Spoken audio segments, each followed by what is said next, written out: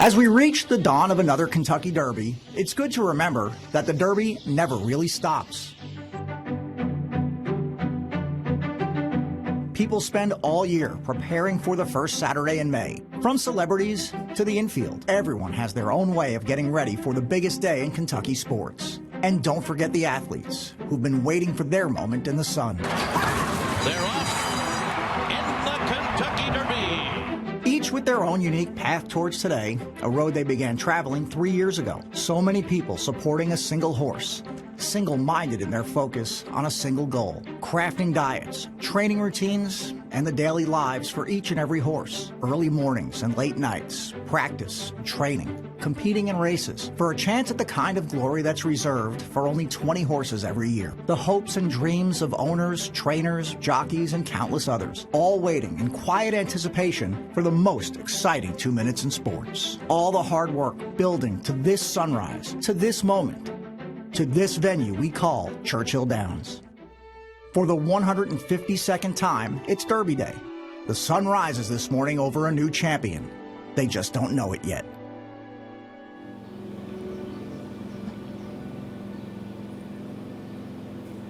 Good morning and welcome on into our special live coverage of this year's Kentucky Derby on the first Saturday in May. I'm Noah Sears. And I'm Sierra Newton. We are getting you ready for the 152nd running of the Kentucky Derby. We'll get you over to Evelyn Schultz and Michael Burke shortly. But Noah, this is your first Kentucky Derby. What are you most excited about? I'm just excited to experience everything. Everybody's talked about it, the spectacle of it all. I mean, it's hard to put into words. Even right before we went on air, Sovereignty, the winner of last year's Kentucky Derby, just getting some laps in, still donning that neon-colored jacket to signify his win from last year. And, of course, he went on to win the Belmont as well. So unique, so much fun. Not too cold yet, I would say, but that's not our domain. We're here to talk about the horse and all the fun. So we're going to bring in meteorologist Tom Ackerman. Tom, what is the forecast looking now that we've actually gotten to this point in the weekend? Well, we are pretty chilly, if you could tell. We've got a breeze, we've got the clouds that have just built in, and we've got the possibility of some sprinkles, isolated showers out there. So I can't call it a good day, but I can't call it a bad day either. We're just somewhere in the middle. The max track has been pinging in on a little bit of moisture showing up over the Louisville metro area. If we expand out a little bit, you'll be able to see towards Lexington, there's not a whole lot going on, but there's been this persistent batch of very light precipitation back over southern Indiana, Illinois, that's dropping south. It does look to be starting to fizzle out a little bit, but I think it'll hold it together enough to at least keep some cloud cover around. When you combine that with temperatures in the 30s and 40s, it is a very chilly Saturday morning for us. But by later on today, I think we're going to max it out around 60 degrees here at Churchill Downs, some upper 50s back in Lexington, partly to mostly sunny skies, and we will keep that chance for isolated showers and sprinkles in primarily this morning, and then it should taper off later in the day. So overall, we've had worse derbies. You just want to layer up if you're headed out to the Downs. Once we get that sunshine later this afternoon, warm up a little bit, it'll feel much better out here. Stay warm. Now, there's, of course, been a lot of racing throughout the week that included last night, Kentucky Oaks in the record book, and always a runner, an impressive result to win that Garland of Lilies. For sure. No, this year's was the first time in prime time and under the lights. And as Noah said, Always a Runner took home that. And Always a Runner is out of Three Chimneys Farm in Woodford County. It's the first time Kentucky Oaks win for trainer Chad Brown. And Always a Runner contracted pneumonia as a 2-year-old, but has recovered to win all 3 races she's entered this year. Brown now takes aim at the Oaks Derby double. His entry emerging market is in the field this afternoon for the Roses. Alrighty, so what's coming up today, Sierra? All right, what's coming up today? Todd Schrupp, he'll join us now from the paddock with a look at who has the best odds of taking home that Garland of Roses. Well, right now, just to follow up to the Kentucky Oaks yesterday, they set an all-time wagering record of $89 million. That was nearly 20% more than the 2024 record. So when you look at the amount of money bet yesterday, it portends a big money bet today. Think about this for a moment. The Kentucky Derby is not until nearly 7 o'clock local time. Currently, there is $5.4 million in the win pool. And judging by the odds, this is a wide-open edition of the Kentucky Derby. There are 3 horses right now that are vying for favoritism, and they're all 6-1. That's an elevated price for a favorite. Renegade, who was the 4-1 morning line favorite, is sitting at that 6-1, dominating winner of the Arkansas Derby. Then there is Commandment. He has had a perfect spring, and he took the signature race, the Florida Derby, which was the deepest prep race of the year. He sits at 6-1 as well. Then there is the story of So Happy, your Santa Anita Derby winner, who sits at 6-1, who has probably been the most surprising horse in the wagering, bet down from 15-1 in the morning line. And then way towards the outside in here, Further Ado, who took the Lexington big prep for the Kentucky Derby, the Toyota Bluegrass Stakes last time out, winning easily, sitting up on the board at an attractive 7-1. We're in a paddock where it's the calm before what actually will be a beautiful storm. We're hoping it's not a storm of rain, but metaphorically speaking, it is a big day ahead. We'll have reports here from the paddock throughout the day, getting Kentucky Derby Day 152 started here on LEX 18. Let's check in with Michael and Evelyn. Happy Derby Day. Alrighty, well, thank you, Todd. We do have some breaking news to get to. This just posted by the official Kentucky Derby account, The Puma, which has been a popular pick based on the fact that some people think that Taylor Swift might have been involved with the ownership group. That has been officially scratched. So the Puma will not race in the 152nd Kentucky Derby. Gustavo Delgado, who won a couple years ago, not going to have another opportunity to win this year. But there's a lot of talented horses. You heard it from Todd right there. He mentioned the fact that it's such a deep field, Sierra, and some interesting ones to talk about. I like the horse that you're going to talk about right now. Oh, for sure. Obviously, the field has changed, but one sitting in Gate 7 is one of the 2 Japanese-based horses that are racing today, but this one is a little different. There's Wonder Dean and Danon Bourbon. Danon Bourbon, they both took different routes to get here to Churchill, but Bourbon's, his has a bit of a bluegrass connection, unlike Wonder Dean's.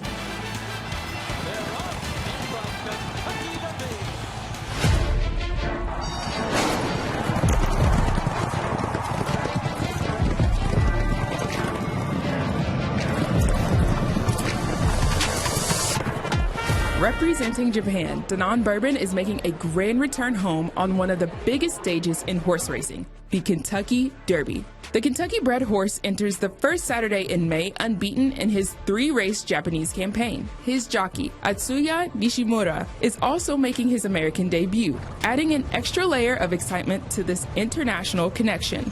The pair have worked together in Bourbon's last 2 wins, including a 3.5 lengths charge at the Fukuryu Stakes at Nakayama. Danon Bourbon has won from the front and from a stalking position, and with a middle starting gate, he could find his spot in the pack early. Churchill Downs Japan rep Kate Hunter echoed those same sentiments. If he runs the way he runs in Japan, very talented. I mean, his performances there have been absolutely spectacular.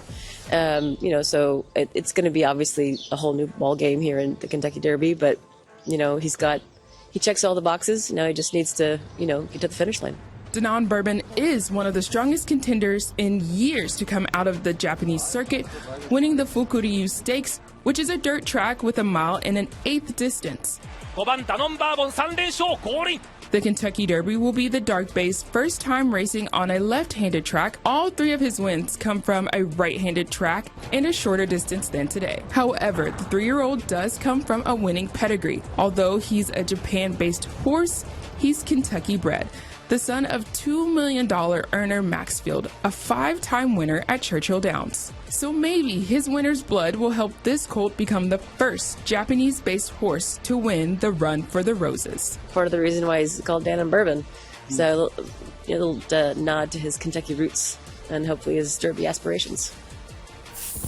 Danon Bourbon really showcasing this wave of Japanese train and born horses as well that we've seen the last couple of years. Forever Young, people remember 2024, nearly getting to that victory, still on the podium. So could this be the year where you finally have that breakthrough? Of course, you have a couple horses getting through both the European circuit and now the Japanese circuit as well with this still pretty new point system. So an interesting one to watch when we're looking at the race later tonight, Sierra. So we'll have plenty more on all those horses coming up, the front runners in the Kentucky Derby over the next few hours. So a whole day is planned right here from Churchill Downs, including a look at some of the outfits, which I feel like ours are pretty good. Let us know. Let us know. Plus, Tom's going to be back with another look at the forecast. No umbrellas allowed at Churchill Downs, but are you going to need that poncho? We'll get the answer. And Michael Burke and Evelyn Schultz, well, they'll be coming up right after this.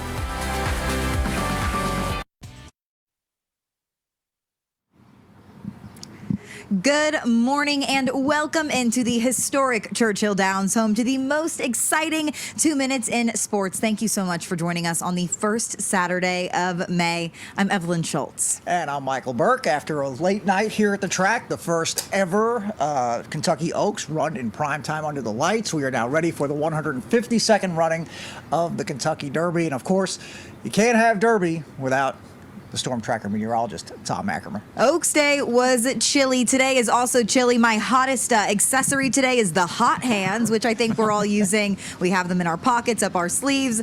Tom, what are you tracking early on this Derby morning? Guys, it's interesting that you said that because Todd, just about a half an hour ago, gave me one. He says, take one of these and put it between your neck and your collar. And, brilliant. That's good advice. That's a perfect placement for that. He's covered a few cold weather races before. Oh, yeah. Yeah, so good stuff. And, yeah, I would highly recommend something to keep warm out here, especially if you're out at the Downs early, because there is a chill in the air for sure. We've got temperatures in the 30s and 40s. And, of course, we just descended into this unseasonably cool air mass here at the end of the week. Of course, after an incredibly warm, second warmest April on record in Lexington. Wouldn't you know, as soon as we hit the Derby, things cool down. But as far as the current conditions go, thankfully the wind's not doing a whole lot, but we do definitely have some temperatures in the on the lower end. It's 41 in Lexington, 45 in Louisville. Also keeping an eye on a bit of precipitation. We've had some hints of sprinkles, isolated showers trying to get going. You see that bit of green on the max track over Louisville. If we expand it back to the west, you can see some showers, some fairly light showers, but showers nonetheless that have been drifting across Illinois and Indiana. So those are likely going to bypass most of us off to the southwest, more towards I-65 and Bowling Green. But the potential is there, at least this morning into the early afternoon, there could be some isolated showers and sprinkles. LEX 18 Storm Tracker Future Track drops most of that off to the west-southwest later in the day. Could have some decent rain back towards Bowling Green, but not much of a chance here. So a close shot and something, again, that we'll keep an eye on. But overall, we're in pretty good shape as far as the temperatures are concerned. The Kentucky Derby over the last 5 years, we had cloudy, showery conditions last year, mostly cloudy 24, mostly cloudy 23, kind of a trend here, cloudy in 2022. So hopefully at some point, one of these years, we're going to work some slightly better weather in here. But for today, we're going to see a high of around 60 degrees, and I do hope to break these clouds up and see a little bit of sunshine this afternoon, so conditions should improve, especially once that sun comes out later on today, guys.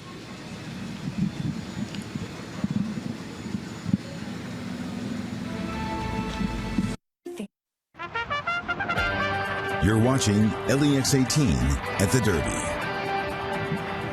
And we welcome you back trackside on this first Saturday in May. We know what that means. The Run for the Roses, 152nd edition of the Kentucky Derby. And as always, fashion will be a big part of what happens here today. It's almost as important as the race itself. Some might say it's more important. You can expect everyone to be dressed to the nines, including everyone here at LEX 18. Molly Demrow has a look at some of what our LEX 18 family is wearing. We're going behind the scenes looking at some of the outfits that LEX 18 is wearing this year. So let's go inside our trailer and see what everybody's wearing.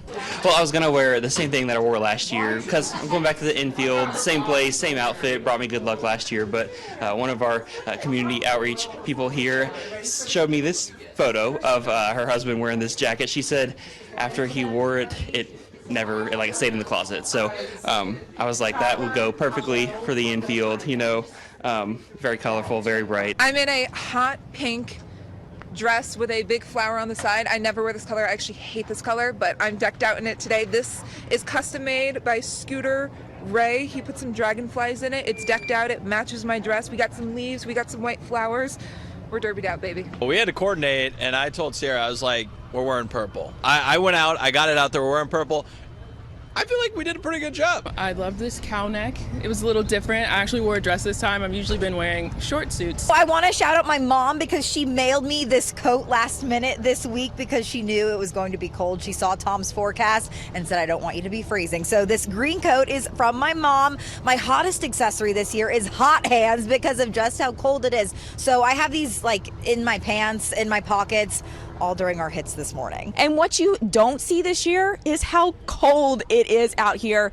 Everybody's bundled up with their sweatpants and their PJs underneath of their outfits. All right, back to you. Molly has her sweatpants on. I also have sweatpants on underneath my dress. And again, the hot hands are really coming in handy today. And the jacket.